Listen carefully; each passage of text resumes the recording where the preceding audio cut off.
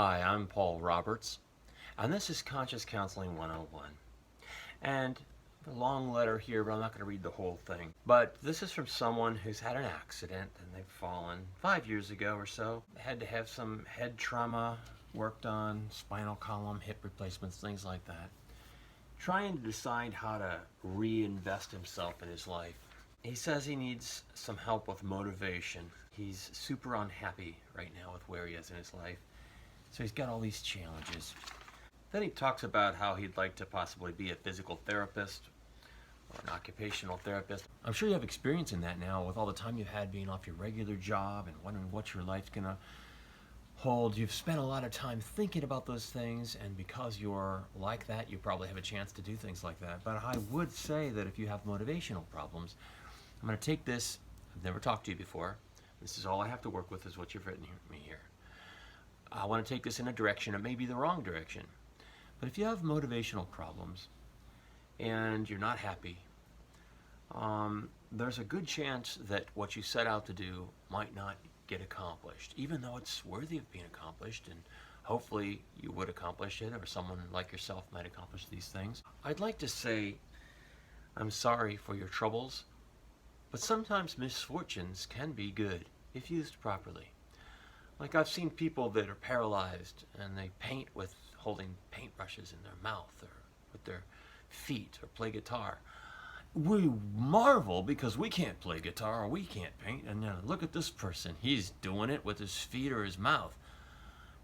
So there's a real good wow type of factor there, and there's something to be said in that. But then there's also like, well, okay, but couldn't somebody that has regular abilities do it also?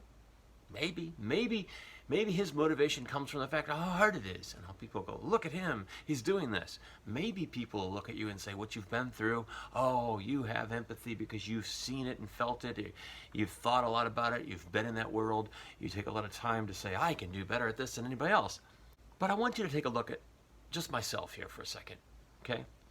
What I do probably makes very little difference to probably anybody, especially when you compare about how big some people are that have a big resounding booming voice in the world, or they have some fame or some fortune, or work for larger companies, or they have a good social network understanding of how all these bells and whistles of the internet go, and they do things that are titillating, and they get people involved in their channels, and they've got large followings, and they make money on ads and all these things. Well, a lot of these people could probably do things better than me, right? But I'm still doing it. I'm the guy painting with the mouth or painting with the foot. Maybe I don't have anything to offer any more than these other people would.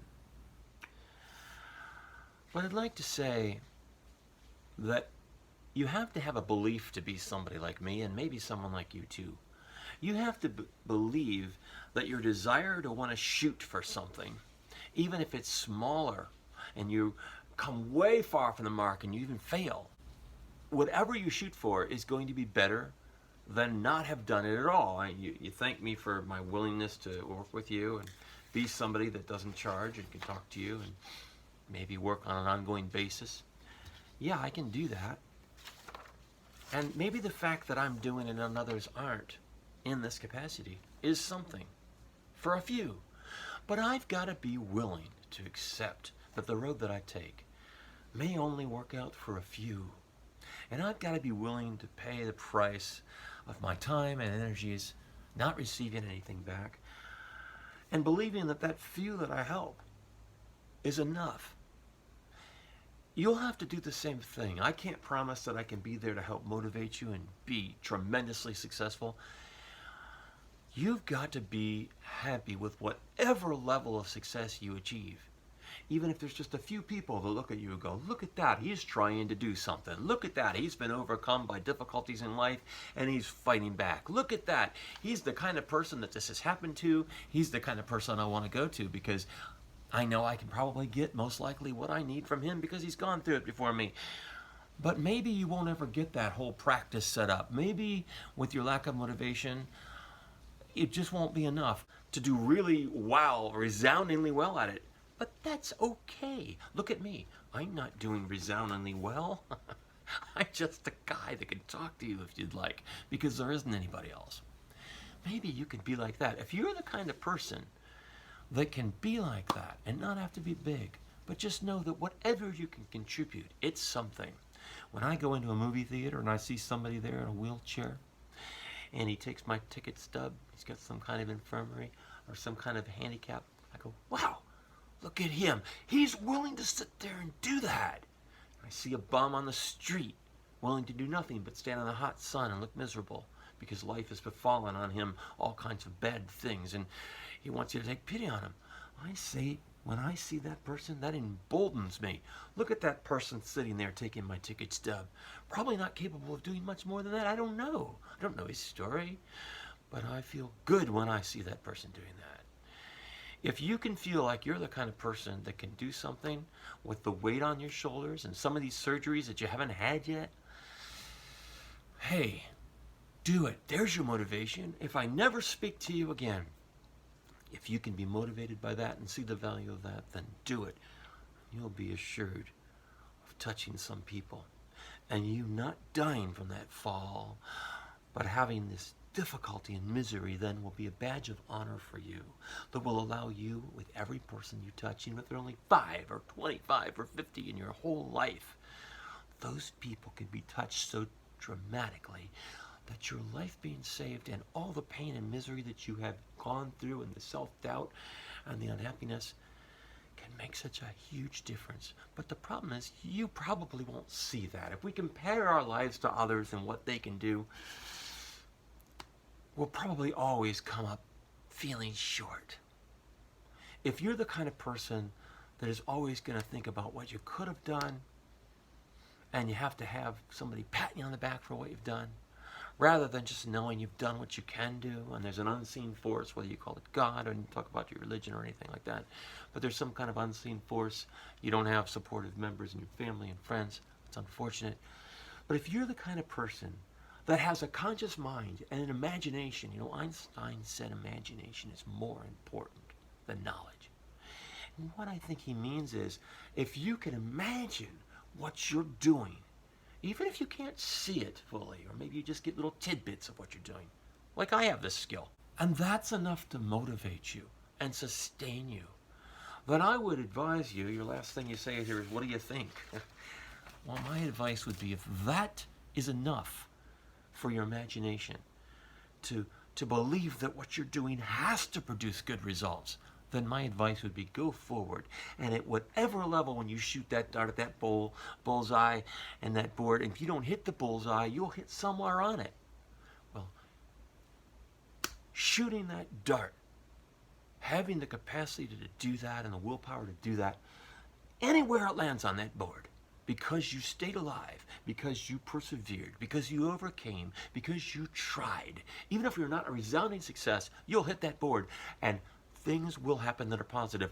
Things will happen that help people. Things will hopefully help you. They'll happen that help you. I think it was Woody Allen said, maybe it wasn't Woody Allen, but I always like this quote.